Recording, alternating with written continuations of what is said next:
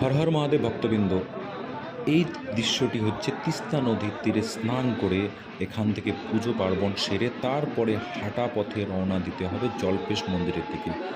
তো আপনাদের আমি একটু একটু করে দেখাচ্ছি কিভাবে পুজো পার্বণ করা হয়। আপনারা ভিডিওটা পুরো দেখতে থাকুন।